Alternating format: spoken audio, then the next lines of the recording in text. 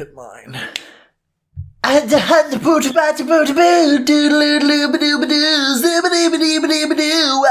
to Screen Weens.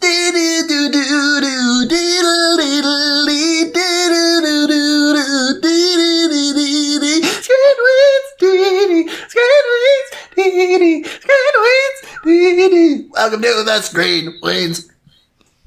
That was I feel like I've heard that one part before that you were doing like in the middle. Probably. I probably like have heard it somewhere and I'm like Yeah.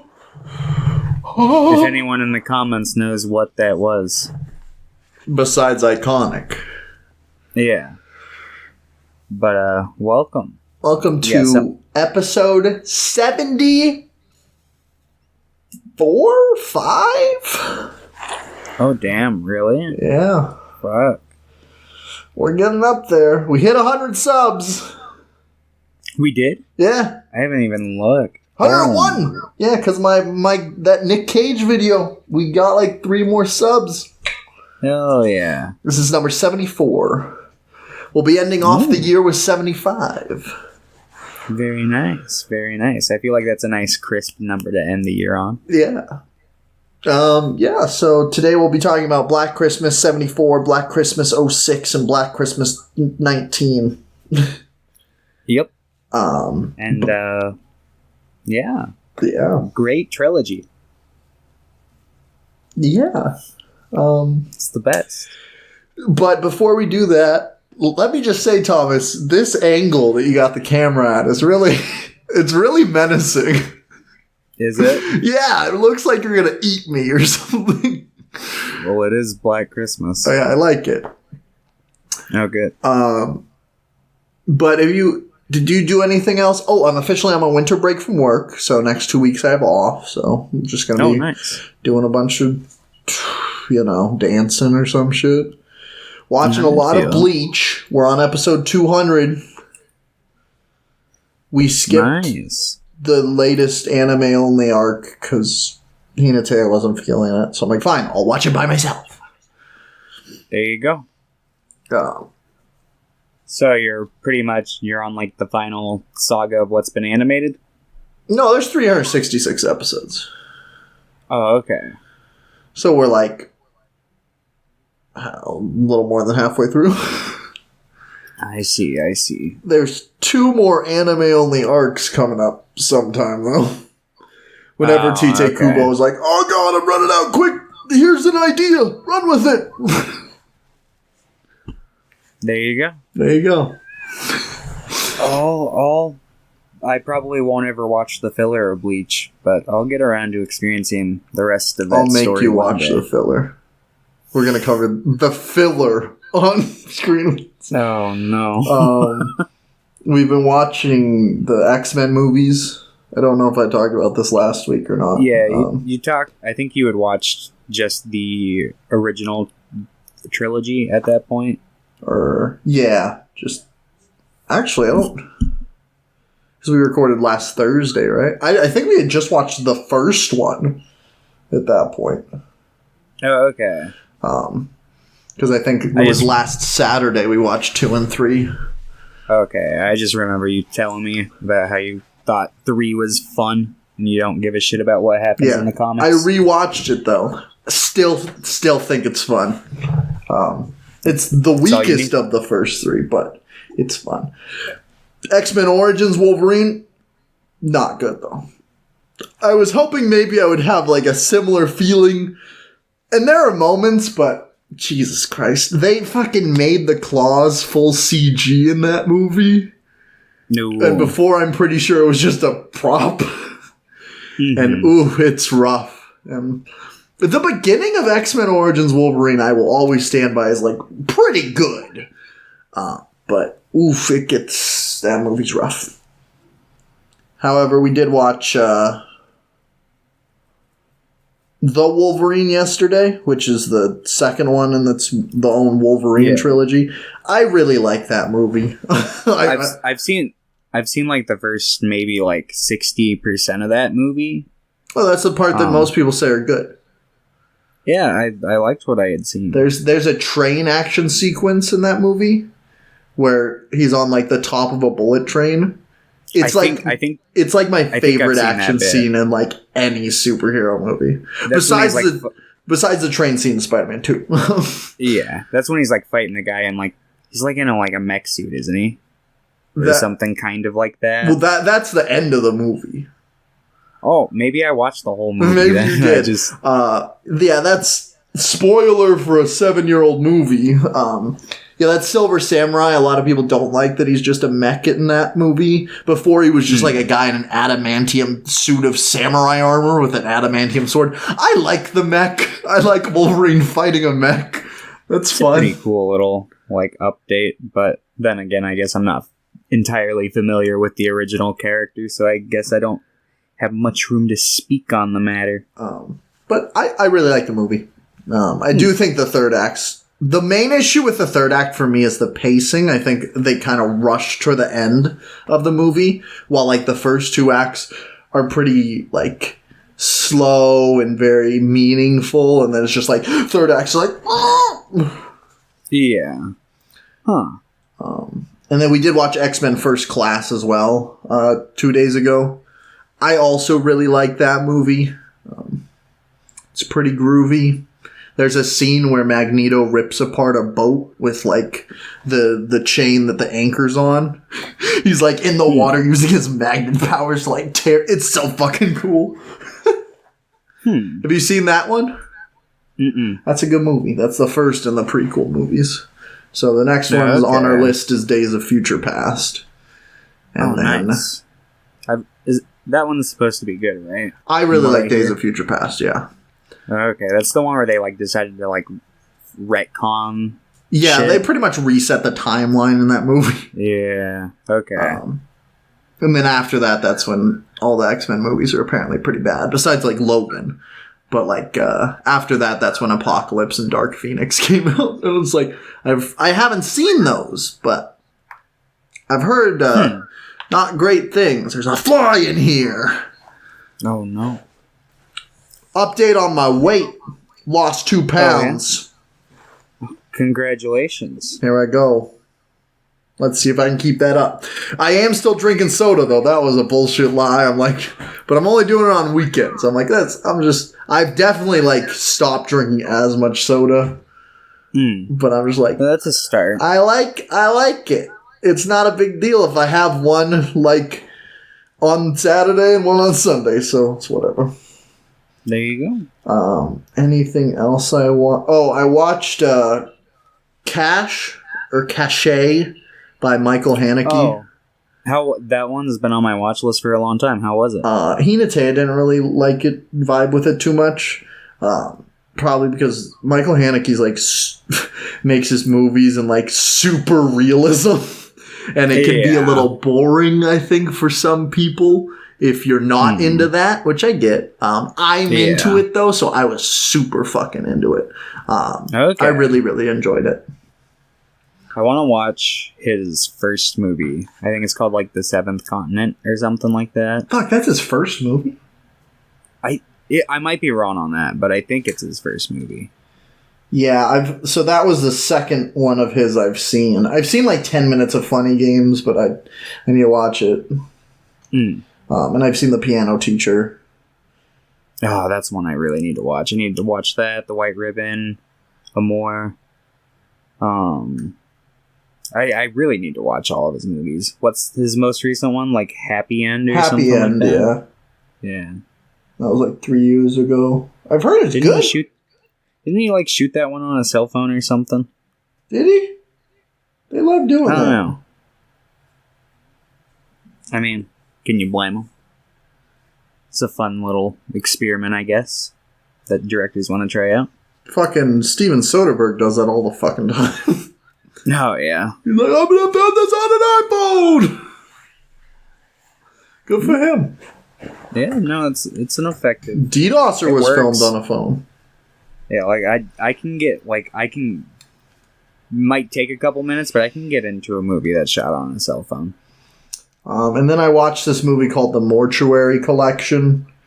I I had heard really good things. I had heard that it was like, whoa, an actually good horror anthology film. And I'm like, oh, I love the idea of horror anthology films. Can this be a good one? No, it sucked. There were like 1/3 of one of the stories, one of the segments was good, which is usually what happens. But it's just like, I can think of like 2 horror anthology movies that I enjoy all the way through. Maybe 3. Like Trick or Treat, Southbound I enjoy, but I haven't seen it in a couple of years. And I think it's called Dead of Night, which I think we've talked about on the podcast. It was like one of the earliest horror anthology films. I think it was like 48 or some shit. Have you watched the Creepshow movies? No, I haven't seen Creepshow 1 or 2, and I've heard 3 is terrible. I would recommend watching Creepshow 1 and 2, then watch Tales from the Dark Side, the movie. It's kind of like it's basically Creepshow 3, the unofficial. I think we've talked about that as well, because a couple months ago we were talking about the Tales from the Crypt movie. I think it was called Black Knight, and how I really enjoyed that movie, but I haven't seen the Tales from the Crypt movie, which is also just a small horror anthology movie, right? Yeah, John Carpenter's also got one that's called Body Bags. Yeah, doesn't Toby Hooper do one of the segments in that? I think he might. Yeah, probably. Yeah, I've heard John Carpenter's stuff and it's really good, and Toby Hooper's is like garbage. What a surprise! Wow, I would have never guessed. I want to watch his one movie, Spontaneous Combustion. It's got Brad Dourif in it, but I don't know if it'll be good or not. Well, he makes everything good. Just kidding. He's in Lord of the Rings. He makes everything better. That's what I will say. And that's mostly what I've been up to this week. Playing a lot of board games, obviously. What a surprise. Finishing up work, so I was stressed about that, just because we were like closing up shop for 2 weeks. Mm-hmm. I re-downloaded Jedi Fallen Order. Yeah, I can see you playing it on Steam.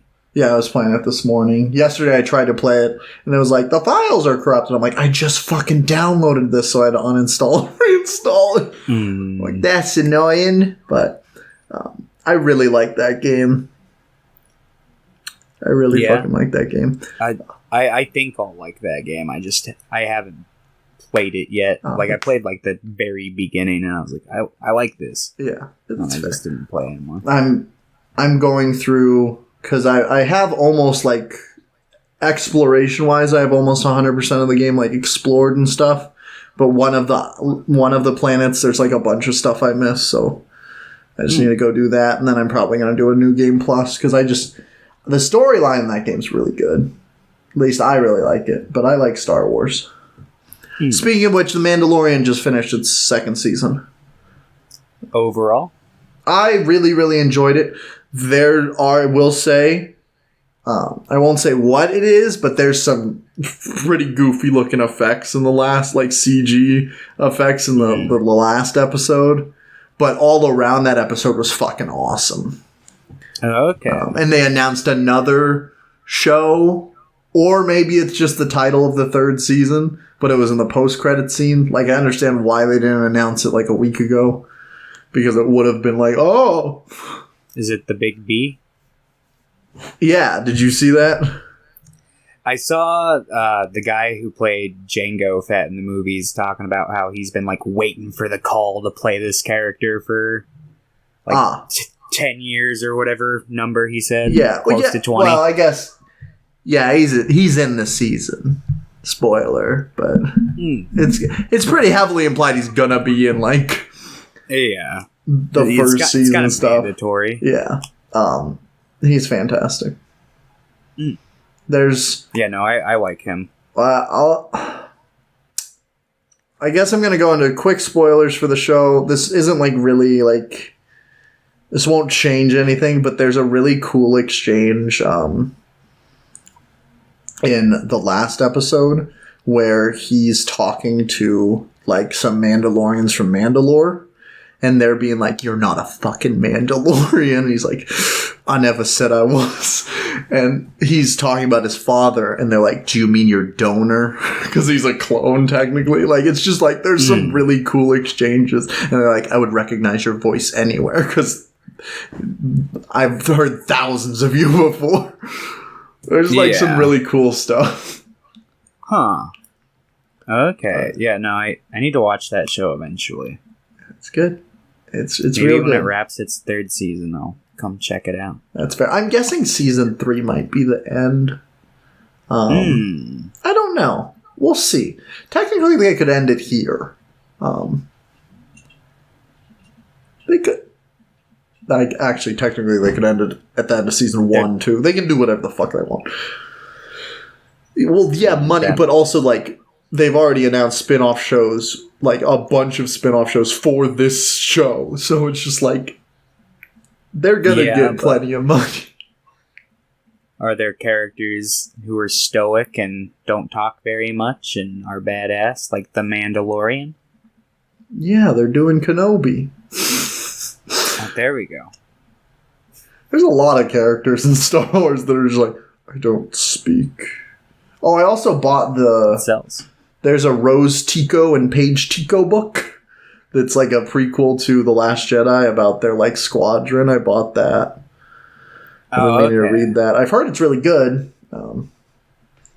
That's all I fucking do. I like re-listen to the podcast, and like every time I talk about something that I've never like read or watched, I'm just like, well, I've heard it's really good. I'm like, I need to stop fucking doing that. I should go, I've heard it's terrible. There you go. Mix it up a little. Yeah, so what have you been up to this week? Oh, watching the greatest trilogy of all time. Yeah, I watched what we watched for today, and then I rewatched Tokyo Godfathers twice. Wow. Yeah, because I wanted to check out the dub, and then I wound up showing Lucero the movie. Nice. So, and then I also showed him Christmas Vacation because he wanted to watch that. Oh yeah. What did he think of that? Because I was speaking to him like a bit ago about that. He had the same overall opinion that I do, that it's like he described it as a 6 or 7 movie, which is accurate. Yes, yeah. It's not great. I mean, it's fine. Like, if that's like your cup of tea, I think it's a pretty good movie, but I wouldn't like try to oversell it or anything. But yeah, it's fine. Then we watched Gremlins 2. And yeah. That's a good movie. That is. I don't like it as much as Gremlins 1. Oh, no, of course not. I know some people like it more than Gremlins 1. My mother likes that one more. But that's because Gremlins 1 scares her. So she thinks Gremlins 2 is funny. Which it is. Gremlins 2 is funny, but I also think Gremlins 1 is funny. I also do. Like when they're in the theater and they go, hello, hello, it's after my Christmas. And then they're all burned alive. Isn't the voice of Fred from Scooby-Doo like Frank Welker? Isn't he the one who does Spike in that movie? I think so. And it's Howie Mandel that does Gizmo. I know, yeah, Gizmo, yeah. I'm pretty sure I can check, but... Like, that's just Frank such, like, Welker has like 300 roles. So. Yeah, no, he is a voice acting legend. But yeah, fucking what's it called? And then I've been it's Frank Welker. Oh, nice. Been playing some Dark Souls 2 and then replaying some Red Dead 2. Dark Souls 2? Yeah. Huh. What do you think of Dark Souls 2?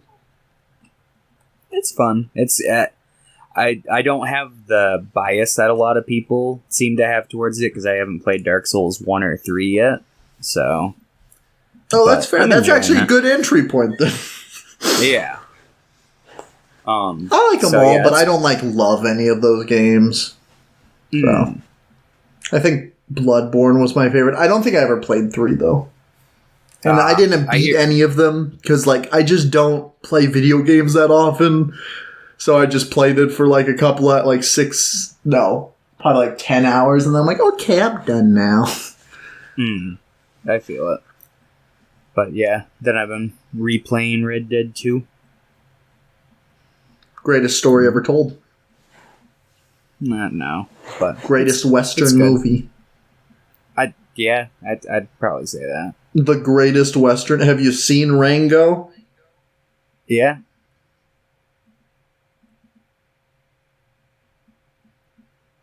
All right. Anyway, yeah, so that's been pretty much my week. Cool. That and work. Some Rocket League and Fortnite on the side, maybe, here and there. I almost played Rocket League the other day. Oh, nice. But then I didn't. Bazinga! You missing out? Yeah, probably. All right, let's get into some questions from Pierre. Question 1. When was the last time you saw a fish in the wild? How big? I don't know. Like, I've seen a fish in, like, pet stores. I don't know the last time. Probably the last time I went to, like, it's probably been, like, 5 months since I saw a fish in the wild. Since I saw, like, a fish in the wild, I assume the wild, he means the wilderness as in the forest. I can't give a solid time frame, but probably like one of the last times I went fishing and saw some like fucking fish that got like fishing? Not particularly. I go every once in a while though. With who? My dad. Does he like fishing? Oh yeah. Let's get him on the podcast. We can do a fishing episode. No. Are there any good fishing movies? Not particularly. I mean, a Goofy movie is Gone Fishing. Gone Fishing. Joe Pesci and Danny Glover. We can watch the John Huston Moby Dick adaptation. It's a good fishing movie. There we go. Free Willy, is that a fishing movie? I don't know if that's good. Finding Nemo, is that a fishing movie? They do fish for a little bit. Alright. Question 2. If you had to kill off a Family Guy character, who would it be? No. They will stay dead. I think it'd be great if they killed off Peter. Yeah, that would honestly... I would like that. That would change direction on the show and make it more entertaining for a little bit, probably. Because they'd be like, what are they going to do? What are they going to do to fill the void? Probably nothing. Lois can become new Peter. Or she can just marry her son. Maybe she'll marry Quagmire. Classic. But then he'll, like, get used to the fancy living and, like, just eat a bunch and then look like Peter. And he'll be like, oh! Then he'll, like, I don't know, eat something that Peter had stored. And it turns out that Peter had just transported his soul into it, and then he'll just take over Quagmire. Superior Quagmire. There we go. Alright, question 3. Please tell me who Travis Scott is. I hear about him at McDonald's in Fortnite, and apparently he has music. I think he is not real. He has 2 first names and no last name. Can you confirm his existence and maybe get him on the show? Please, I need to know why he has a hamburger named after him, but Lord Americage Obama does not. Well, I mean... I can confirm that Travis Scott is real in that I've, like, seen him on television and in YouTube clips, I guess. And I've listened to his music before. I have not. But I know he exists. I guess I can't confirm that he's real in the sense that, like, I haven't met him. He was with Kylie Jenner for a couple of years. I think they're not together anymore. He's I'm pretty sure... Actually, I don't know if he's still attached to Kanye West's record label or whatever.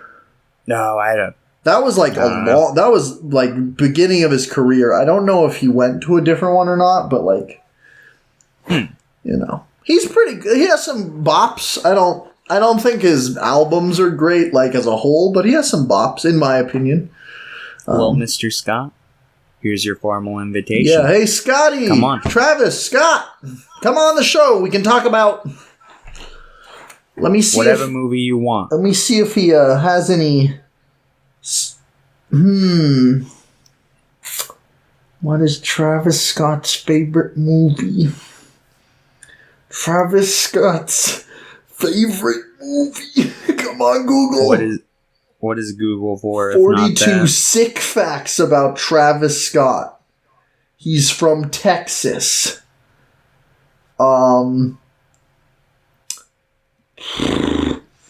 Fuck.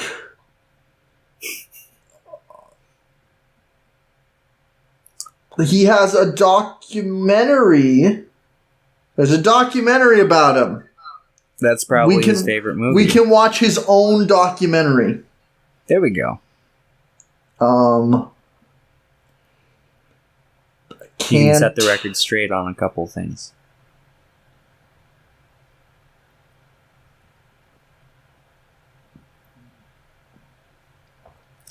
Yeah, we'll watch that. And can you bring Mr. West on the podcast when you come? Actually, what we'll do, the next podcast episode, it won't be me and you. It'll be Kanye West and Travis Scott.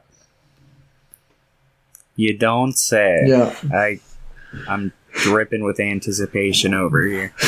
Could you imagine if somehow we were able to do that? Just, he calls tonight, he's just like, yo, I heard the pod. He calls tonight before the podcast is out. He's like, hey, I was walking by your apartment window and I heard my name, so I thought I'd listen in. What do you mean? He's part of the Illuminati. What do you mean? He personally has been tapping my phone. Just in case. Just in case. I just Googled Travis Scott favorite movies, and as soon as I did that, it started tapping my phone. Directly to Travis. Alright, anyway, thanks for the questions, Pierre. Merry Christmas. Hope you enjoy the presents. Let's talk about Black Christmas, 1974. The most influential horror movie ever made. Just kidding, but pretty influential. Yeah, it influenced the influencer. Because... yeah, definitely. And it's based... This movie... Oh, go ahead. No. Oh.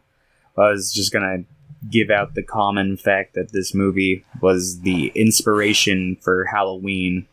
John Carpenter actually wanted to make Halloween a sequel to this film that took place on Halloween. Yep.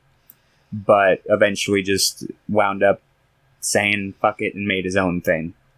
And you can see like there's some sequences that kind of like feel like they're like clearly inspired from Black Christmas, like the intro scene where we see like a first person view from Billy's perspective.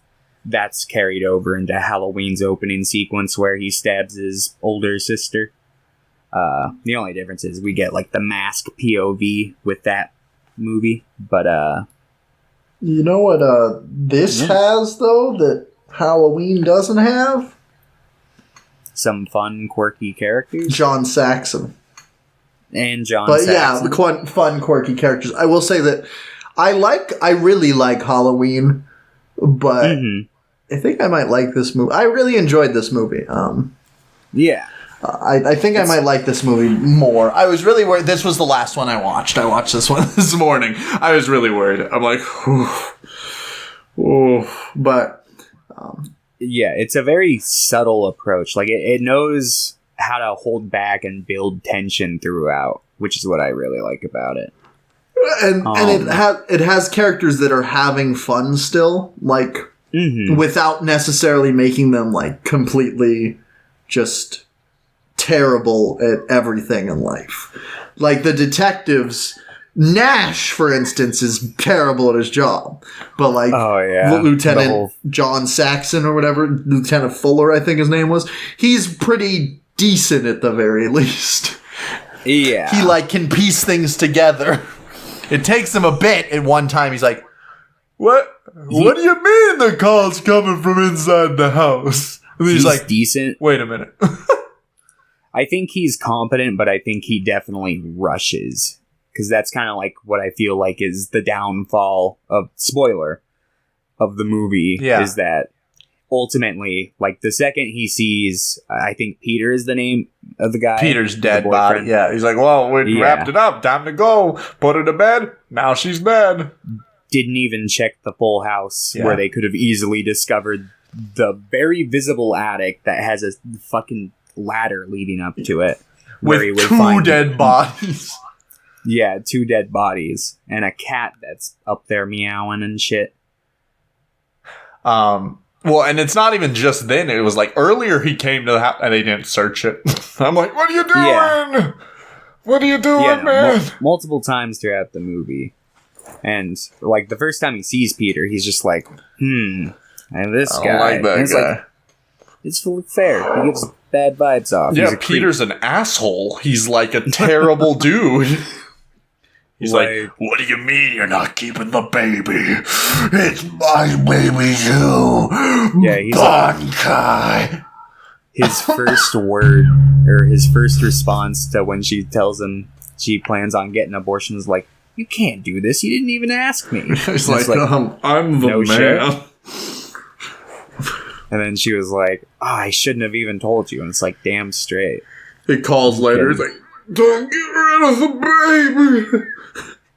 Yeah, he's like drunk or something. Hysterical. But, yeah, so. This is based on a, like, classic urban myth where it's, like, the babysitter downstairs, killer's upstairs, or that's what it's called, or something like that. It's where the call's coming from inside the house, like, originated from.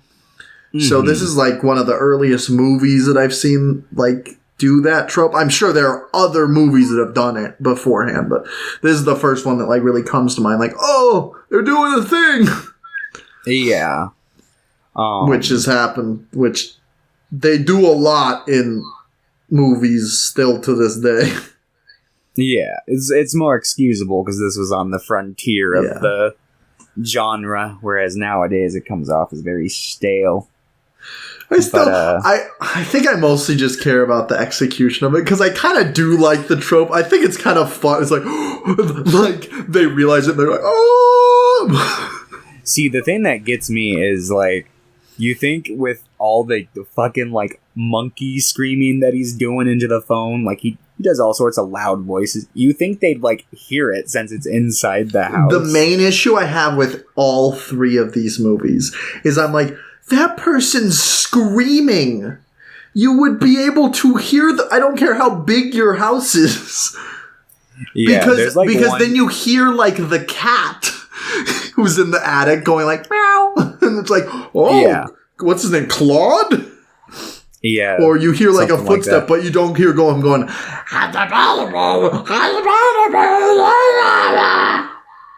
Yeah, and there's like one scene earlier on where it's like, it kind of made sense that you wouldn't hear the one girl kind of yell, because she yells quietly because she's being suffocated. Yeah. And it shows them downstairs, and they're all like cheering and being loud, and they got music playing. And it's like, okay, there it's a little more excusable, but there are plenty times throughout the rest of the film where it's like, where it's like, oh, I'm in a house all by myself. Let me answer the phone. And it's like, and then it's like a completely quiet house. I'm like, they got some good soundproofing in that fucking other room. Because it's not even in the attic that the call's coming from. It's coming from the house mother's phone. And I'm just like, that's just in another room. Maybe she's really kinky, so she soundproofed her room. Maybe. I mean, maybe she just gets belligerently drunk every single night and just doesn't want the students to hear her, like, thudding around. But yeah, this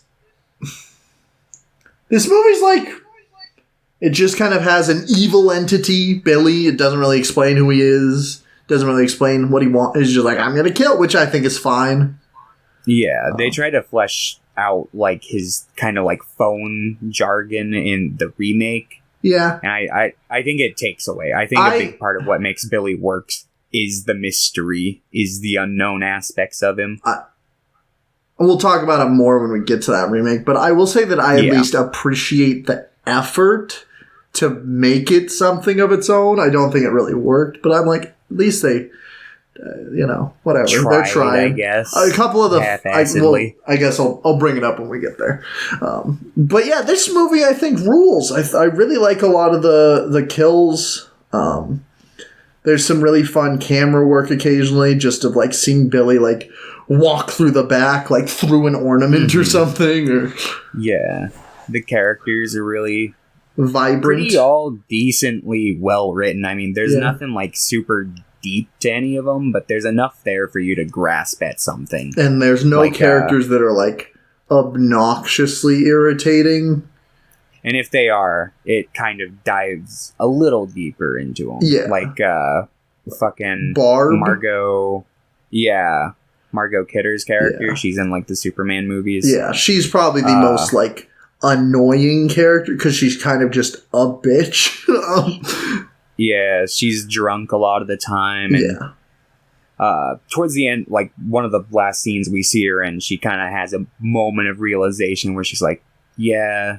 kind of like, this is kind of, because the first girl to go missing is like right after she's just a huge bitch to her. She's like, all right, well, I'm gonna go pack my bags. And then she starts like drinking more, and then she's like, you won't blame me. That's a really good scene though. Like it's really well done. And it's like, I feel like you don't get that from a lot of modern slashers. They just kind of try to like put a character in an archetype and keep them there and not really let them grow from that over the course of the movie. Yeah, I think they're more focused on like the kills. I think with a lot of like classic slasher movies, there was a nice balance of like kills to like actual character, and I think something's been lost. Not in all cases, obviously. I'm sure there's some good slashers lately. I just don't watch a lot of slashers, but in general, I feel like it's more focused on the kills to the point that they're like, well, why do we shouldn't have any character development for just characters that are just gonna die, like killed. Like why would we focus on like making this character interesting if they're just gonna die in 20 minutes? But I'm just like, I don't know, like it really makes deaths really horrifying to me if I can feel that character is like someone, not just a bag of meat. Yeah, no, for sure. Yeah, but this is really well done. It's got the nice dramatic irony because we know where fucking Billy is the entire time and no one else does. Yeah. To the point where it gets a little absurd at certain points, but I mean, it's fine, whatever. I mean, fucking, I guess that was just what crime was like in the 70s, or like crime scenes.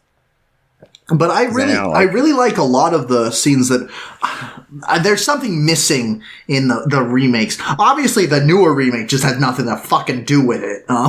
Yeah, but like the first remake, the scene where all the scenes where they're like trying to tap the phone and there's somebody like running through the like wiretapping, they're like trying to find it. That scene's awesome. Like.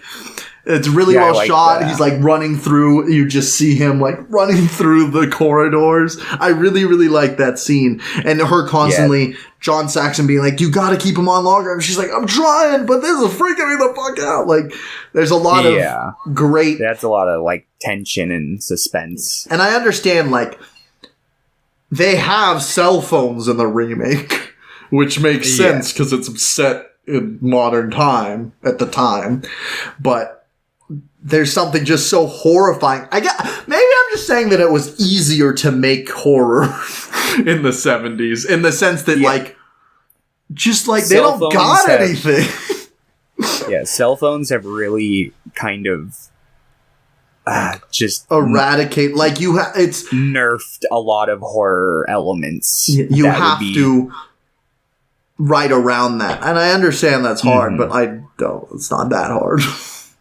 Yeah. The killer has an EMP, guys.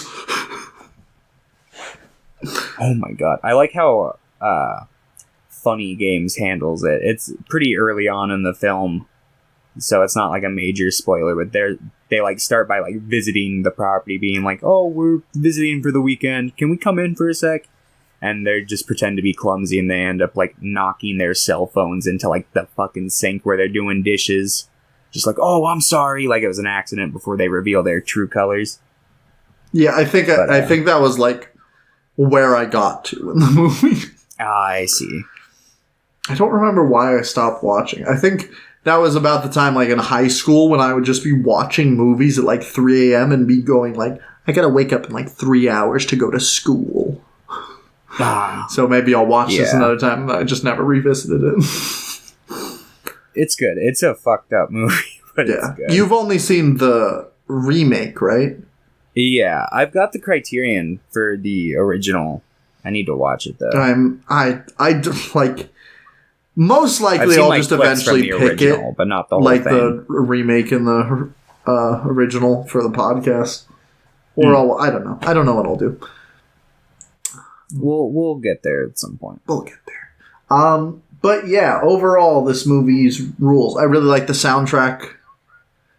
There's some really good pieces occasionally, but I really like how quiet the end is. Like while the credits are rolling, like it has a very like raining. Yeah, I think there is a song playing, but it's super super quiet, and it's just like the police officer standing outside, slowly zooming out, and then you hear the phone ring inside. Like, I wasn't sure how I felt about the ending at first, but I really like just the phone ring and like silence. Yeah, I like how he doesn't even give it any cool down. He just like fucking starts immediately as soon as the cops are out of the house. He's like, all right, time to keep this going. He's like, maybe I'll wait like a day or like in the morning. He's like, nope, gotta come tonight. Yeah. But yeah, I really like Billy as a antagonist for like a one-off horror movie, just because like I do think he would have to be explained if they continued the series. No, yeah. Just eventually, because I'm like, why? But yeah, just for a one-off, I'm like, it's fine that he's just like an evil entity. I'm like, I live in the ceiling. Yeah, I'm glad that Halloween kind of took the like burden of all the sequels in the 80s and shit, because this film as a standalone works really well. Yeah, and I would agree. Yeah, we got the remakes, but I mean, in general, I think the acting's pretty good too. Yeah, like not all of them. There's a couple scenes where they're like screaming or something that I think, is less than stellar, but overall, like, pretty good. Especially the main girl who played Jess. I thought she was really good. Yeah, she's in. I'm pretty sure she's in the Stephen King It miniseries from 1990. She plays fucking. She is. Oh, what's the name of that? Bill. She plays like Bill's wife. So it's like, oh, I recognize her from that. Denbrough? Something like that. Yeah. She's also in Ice Cream Man. The Clint Howard movie?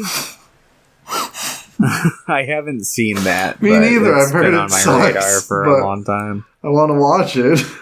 He posted like a picture of him back in the suit on Twitter recently, and he had like the prop of like the ice cream head or whatever. Fun nod for the fans of the movie. Apparently, there was a Kickstarter a couple years ago to make a part 2. And they were asking for like $300,000, and it got 4 of that. So, did they just not make it? No. Wonderful, love it. Not yet, until I single-handedly give them $300,000 to make a sequel to a movie I've never seen. There you go. That's how you do it. Yep. Oh. Uh-oh. We're back. I'm in. Welcome. I don't know why my Discord does that. Yeah, that's strange. Just fucks me over. You would give this film a 7? I gave it an 8. It was... Oh, okay. It was, yeah, I really liked it. Despite the, glaring thing that's like, why can't they hear him? Yeah. I think you would give this a 7, though. Yep. Okay. All right. Flash forward 32 years. To the year of 2006. Yeah. Everyone Texas was... Chainsaw Massacre movie remake came out 2003, 3 years before. Yeah. Started the Platinum Dunes era of remakes, which this movie falls into. I'm pretty sure Platinum Dunes made this movie, that's Michael Bay's horror movie remake studio. They did the Nightmare on Elm Street remake, where that movie, the girl who plays, I think her character's name is Chris in that movie. She plays like the blonde girl from the beginning who gets cut up, that like gets the ball rolling on the Freddy Krueger mythos, in the remake, not the original, obviously. Yeah. Yeah, she's in this movie, and I find it funny because they have quite a few other notable actors that are in the movie. They have Mary Elizabeth Winstead. Yeah, and she dies like halfway through. Yeah, because I hadn't seen the movie, so I was like trying to figure out who the final was gonna be. So I was just like, okay, let me see. And I was like, it's gonna be Mary Elizabeth Winstead, of course. And then it wasn't, and I was like, oh shit. So they're going with I don't know the actor's name, but she's in stuff. I recognized her from Eurotrip, which is a really shitty movie. One of those like fucking early 2000s American Michelle Pie on the Road. Trachtenberg. Yeah, she's in Buffy the Vampire Slayer. She plays Buffy's little sister. I thought that was who does? Oh, I don't know her name either. The one from How I Met Your Mother. What is she? Wasn't she in Buffy? Yeah, she's in Buffy as well. Okay, I thought she played the little sister. No, she plays Buffy's like best friend. I need to watch that show eventually.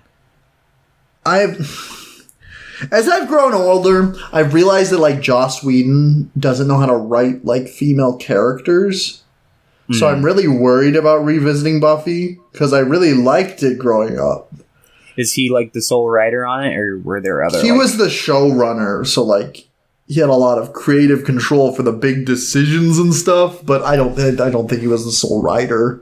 Okay, hopefully they had some decent women writers who were in there fleshing out the in between scenes that weren't like the big action sequences. I will say that like if you do watch Buffy the Vampire Slayer, watch Angel after it, the spinoff that like started at like season 4 or something like that, because it's better. It's more consistently good. Buffy's first like season's kind of rough, and first couple seasons are hit or miss, occasionally. But like Angel, I think is good the whole way through. Plus, they have an episode where he turns into a puppet. What? Yeah, there's like these demon puppet things, and he gets like turned into a puppet for the episode. It's awesome. Huh. It's really stupid, but it's fun. Shit, I'll have to check that out.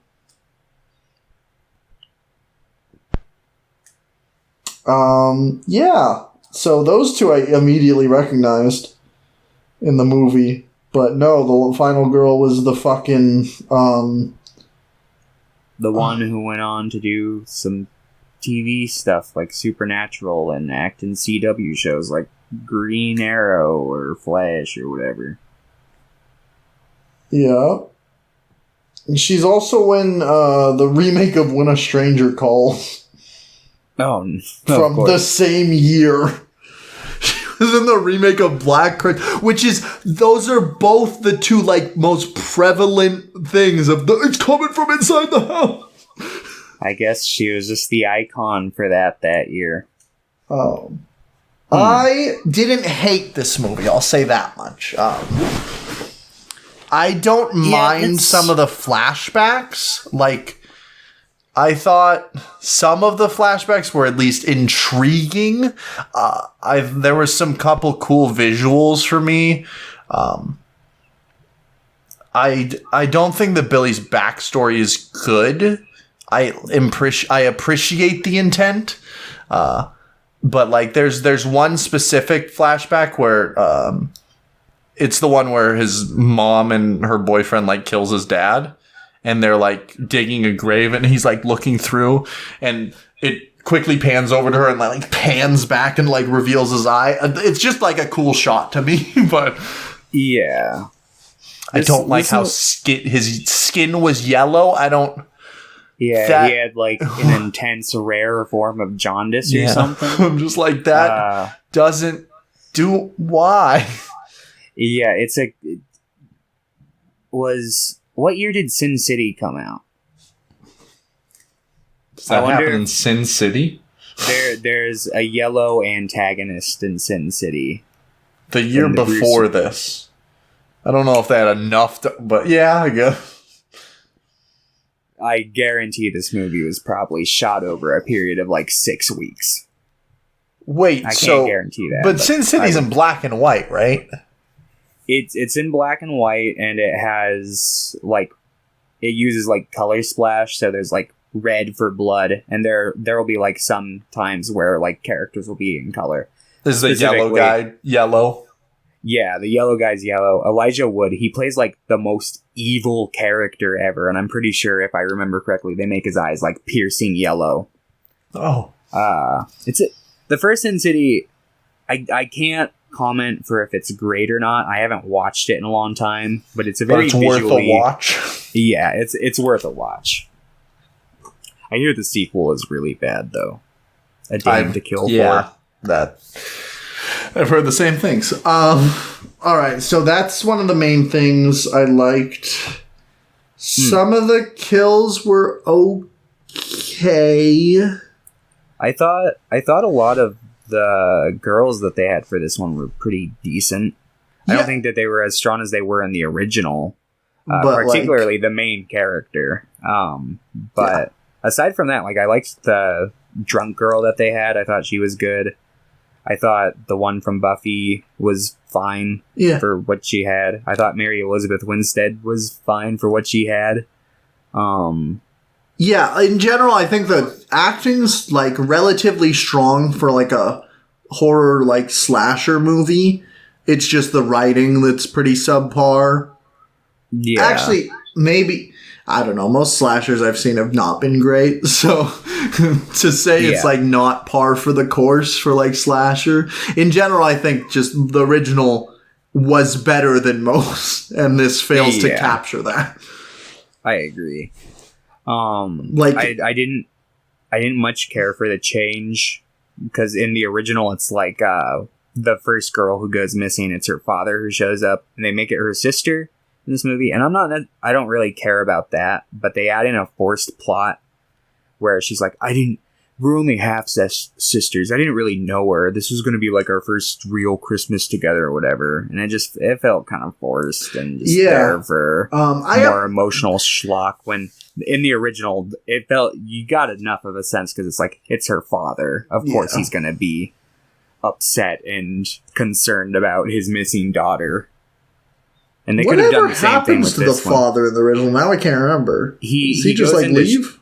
He's like there. He's like chilling with the cops throughout most of it, and like the boyfriend of his daughter. And then at the end, after like all said and done, he's like in the room, and then like the media shows up, and then he goes into shock, and like the two pick him up, and they're like, "We gotta get him to the hospital." Oh, that's right. That's right. Now I remember. And that's why she's like left alone, even though that one guy who took him to the hospital was like, "I'll stay here and I'll watch her until her parents show up." So I assume she probably dies after the phone is done ringing in the after Probably. credits. But or maybe right then he walks in to get some water and maybe sees a muddy footprint. Maybe, perhaps. We'll make our own sequel. You can play Billy. Oh boy. You can go, where's Agnes?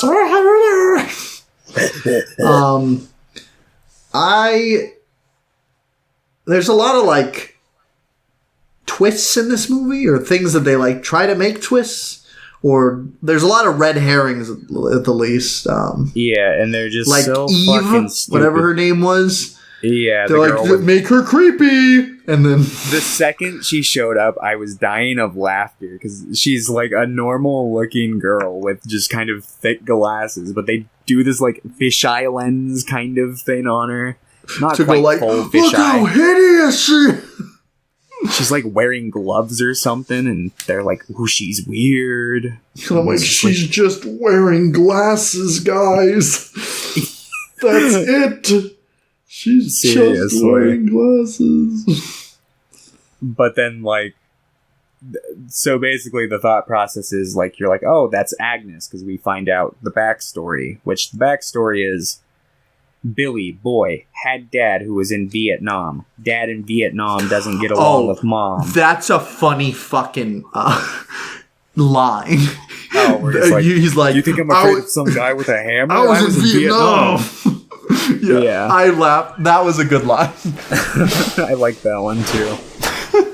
So basically Billy's mom has a fucking fiance who's this guy with a hammer who comes and kills Billy's dad, and then Billy sees this, and so they like lock him up in the basement forever. Meanwhile, at some point the mom comes up, gets impregnated by Billy, gross, and then that's Agnes, and they basically like take her downstairs and raise her as like their own kid.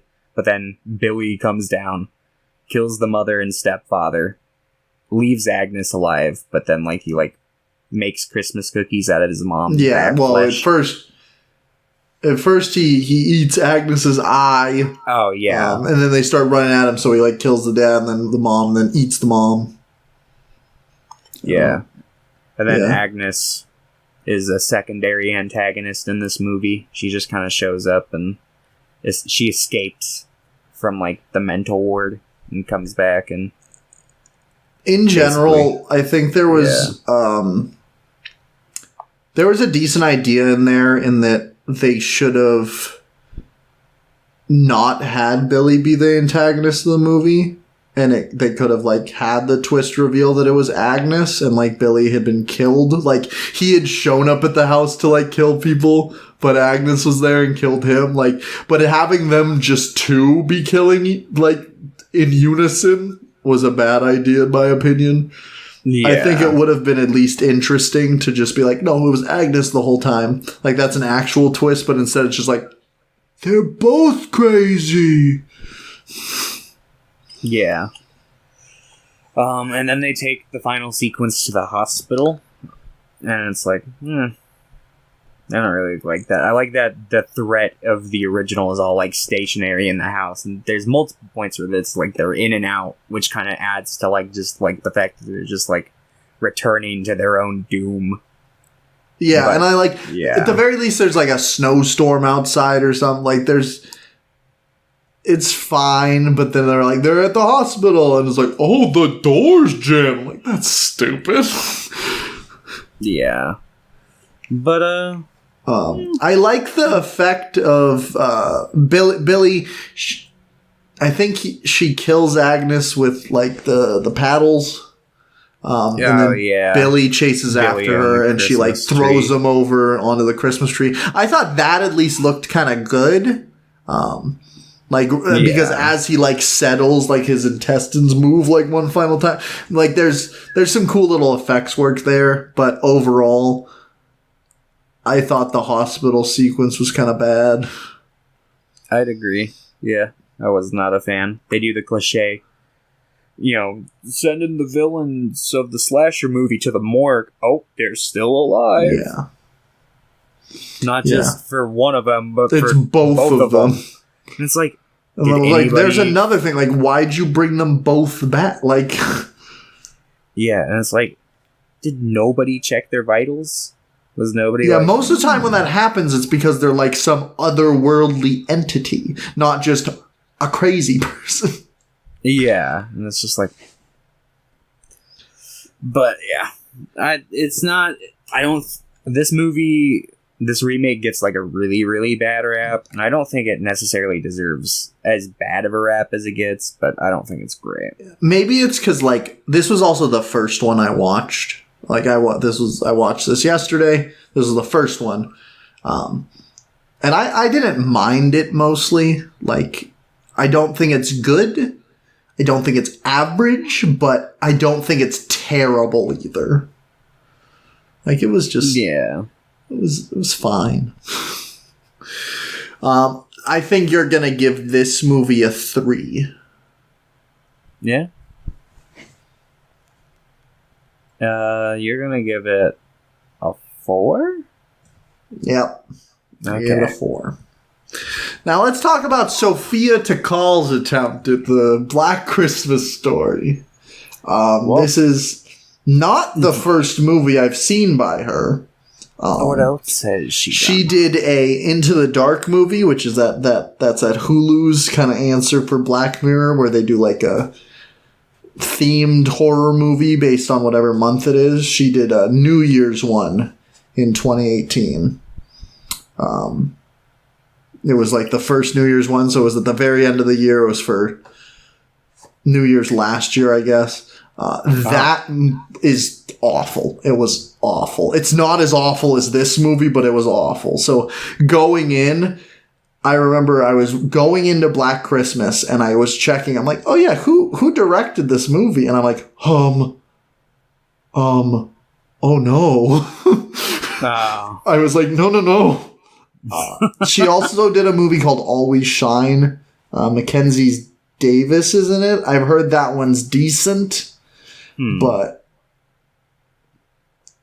overall, she seems like she's not good at making stories, because I fucking hate this movie. I don't think I hate it as much as you do, but I certainly wouldn't describe myself as a fan of this movie.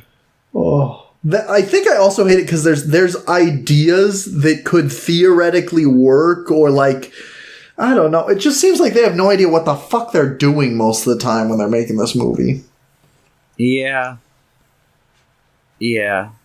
Like, so, there's a scene... Oh, go ahead. I was just going to say, this one, and for those who don't know, is got an entirely different plot. It's not Billy. It is a bust of like the school founder, and he was apparently a real misogynist. Oh, like who was just a terrible dude. Yeah, who was into the dark arts, and he's like, I know that women are gonna get out of control one day, so I found a way to possess young frat boys to kill them. It doesn't even like what. Why wouldn't you like try to find a way to like manage women or something instead of being I possess young frat boys to kill bad women? I guess it's to slowly build up an army of men. That's the way it sounded like, so they could eventually just like put down all women who aren't like complacent, and it's just like. And then the one complacent woman in the movie they kill just to try to convince another woman to be complacent. It's like, what? Yeah, it's just like, okay, yeah, this movie is bad. Yeah. And plus then so it's implied that it's like a magic spell that all these guys are under when they're committing like these atrocious acts. Their like alpha powers. Yeah. And then at the end, when the spell is broken, they just like leave them in a room that's on fire.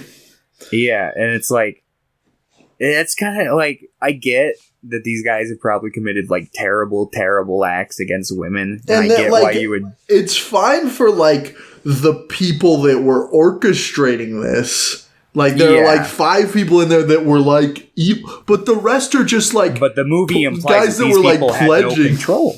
They were basically just hexed by magic. But instead, they take just the one good guy, Landon. Yeah, I fucking hate like, that guy's name is so close to mine. I'm like, I don't like this. And it's just not only that, but in general, I feel like this movie's like there's a quote that in the movie that's like, did you just not all men me? But that's literally what the movie does. Like, if you're gonna make the men the villain, do it. Like, do it. Go hard into that. This movie's like just being a little bitch about him, pretty much. Like, they won't just be like, men are evil. Which I'm fine with. Do it. Do whatever the fuck you want, but don't, like, half-ass it. Yeah. Yeah, no, this... Like, and it's excuse. I feel like it excuses behavior more than anything else, because it's like, no, they were just under a magic spell. Yeah, exactly. And I'm like, that's bad. I wonder if this film was, like, trying to recapture the lightning in the bottle that was, like, Ghostbusters 2016. And not so much what that movie was trying to be, but what the marketing ended up, like, kind of making it into. Because I feel like since that movie, a lot, maybe even before that movie, but that's, like, the first case I can think of, I feel like a lot of, like, producers and studios like marketing the film realize that controversy sells.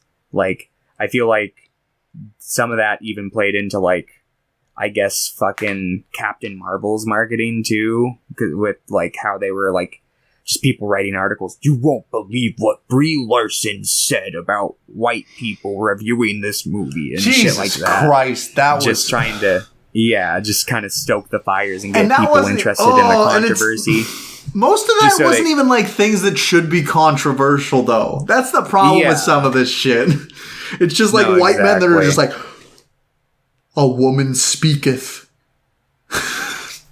But I feel like this movie, they figured they were probably like, you know, calculating what, you know, most men's reaction to this movie's like plot would be. And I feel like I wonder if they were just trying to make like a big controversy movie that sold. But it just didn't. It didn't work. I don't know. Didn't this do movie, too hard. I mean, it made $18 million on $5 million, so I guess it made some money, but... Yeah. Which is really sad, because I like Imogen Poots, or whatever her name is. Yeah. Like, and she's okay in this for what... But the script's so rough. The script's fucking rough. It is a rough Also, script. this movie's PG-13. That's probably, you can tell that they're holding back on certain... It's just... There's a scene in the beginning where a character is stabbed in the snow and dragged away, and they leave like a snow angel, but there's not a fucking drop of blood to be seen. That scene's really weird, because it's very obvious that what they were doing is they had it off-center to the side, and they're dragging her down, and it makes like a snow angel, and I'm like, okay. And then they're going to superimpose, they're going to have the title like slowly appear on the side that the giant side they have open. But no, instead it just cuts to a black title card. I'm like, why? What? Like, why wouldn't you leave the imagery of the snow angel on longer and just have the title appear? What I would have done is I would have panned the camera above the snow angel and then like did like a soft fade into like an angel on top of like a fucking Christmas tree or something that fits inside of it, and then just had like the title appear over that. It's just... But there's not a lot of... I feel like they were going by the seat of their pants. Like, they're just fucking flying by, and then they have an idea, and then they forget about that idea. So there's a bunch of scenes in the movie where they're like, oh, this is a good idea, and then they forget about it. Like, later on, Landon is like, he's like shaking, because he's like, oh, it's implying that he might like break out of the spell, but then he doesn't. I'm like, what? Why'd they do that? Yeah, and it's like, I don't know. And in general, it's like forced drama between the friends that like explodes right before the third act, and it's like, I don't. And it's like, now I'm gonna leave you to die. Yeah. Oh my god, I laughed so hard at the fucking "we're ants" or whatever the fucking line is, because like earlier in the film they're talking. It's like top 3 animals, go. We're the ants. And yeah, one of them brings up they like ants, and they're like, "Why ants?" And she's like, "Well, because you can't kill an ant because they're just like one singularity, one shared like consciousness or whatever." So it's like, and I'm like, that's not necessarily true. Yeah, and also, why would you say that about, like, why would you say we're ants? We don't have, we're one entity, which is really weird because they're going against, like, one entity. It's like, what are you doing? Yeah, it's like, you're not the ants. Like, they're the ants. They've literally got, like, the queen in the bust. The movie in general feels like it's trying to say two opposing things. This movie did not spend enough time in pre-production. It feels like they probably had some producer who was like, we need some sort of holiday horror movie. What can we do? What can we do that'll sell? Let's see. Oh, Black Christmas? Let's see. Has it been, 12 years 13. Since we remade it again? Or since we remade it last? Let's slap together.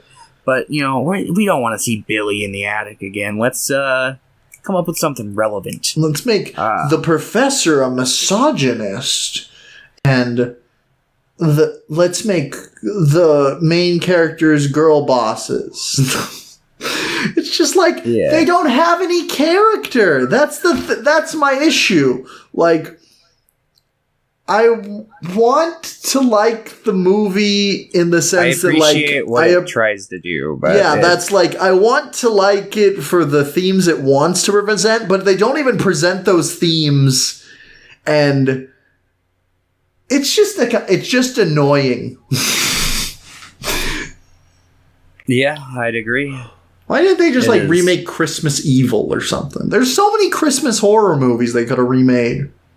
I mean, when was the last time they made a Silent Night, Deadly Night movie? Like 2015, maybe? Is that true? Jesus Christ. Silent Night was... Oh, yeah, Stephen C. Miller did Silent Night in 2012. 2012, okay. Couple years off there. Man, that movie does not feel like that came out that long ago. I remember when that movie came out. But yeah. Is there anything else I can even say about the movie? Yeah, I just... Carrie... What's his name? Elwes. He's in it? Elwes. Yeah. He's bad. Yeah, it just feels like he's just kind of phoning it in. Most of the... Nobody's trying in this movie. I don't blame him, but... Yeah, Imogen Poots seems like the main one who's giving any kind of emotional effort into it. And I think the main reason is like, well, yeah, she's the starring role. So no matter how bad a script is, that'll still be like tied to her if she does a bad job. Yeah, that, and it's like her character kind of has like the most like the heaviest emotional baggage, so I could see why she'd want to kind of try with that. And it's just like... Her main friend is a bad person. She's like constantly pushing her to do... It's just... Yeah. And she's like, no, I was helping you. And she's like, no, you're not. Like... Yeah, in general, I could be more on board with the themes of this movie if the friend group wasn't so, like, toxic. I feel it. They shouldn't have pushed her to do that dance if she didn't want to. Yeah. It would have worked just as well with 3 instead of 4 Santas. Yeah. Yeah, I don't like this movie. I'm really pissed at you for making me watch it a second time. I watched this movie in theaters. That's your fault. I opted not to see it until now. I watched this movie in theater. I went... God, I can't believe what you're about to fucking do to me. Okay. I watched this movie in theaters, and then like 10 days later I saw Star Wars. And that also made me sad. But I saw Little Women, too. Yeah, I give this movie a 1. I'm guessing you give this a 2? Yeah, I'd give it a 2. Okay. Alright, so I really wanted to fuck up Thomas for the final podcast of the year. So next week we will be covering To Boldly Flee, which is a 3.5 hour farewell to the Nostalgia Critic character, but then they didn't actually like stop making Nostalgia Critic. They did for a little while. Yeah, but not that long. Yeah, no, he did like one series in between that demo reel thing. So yeah, this is all on YouTube. I think originally it was in pieces, but it's all on YouTube in one swift 3 hour and like 20-minute chunk. And it's gonna be great. It's gonna be great. I might watch it on Christmas. What? I'm probably gonna wind up watching it in a rush the day before we film, like I usually do. I can't wait. I can. It's gonna be fantastic. I might watch it in like half-hour chunks over the course of a week. I don't think this is gonna be one I can stomach in one go. I can sit through fucking scenes from a marriage all in one sitting, but I couldn't do this. But yeah. So it's To Boldly Flee, yeah? To Boldly Flee, just one movie. Okay. Just one movie. Because I'm not watching the other two. I was thinking about picking two of them, but I'm like, we'll make it easy. We're just going to cover one movie. We'll also probably talk about maybe some of our favorites we watched this year and stuff, but To Boldly Flee. All right, goodbye, everyone. So long. Farewell. Oh, God, I can't. Oh, God. I don't want to do this. Oh...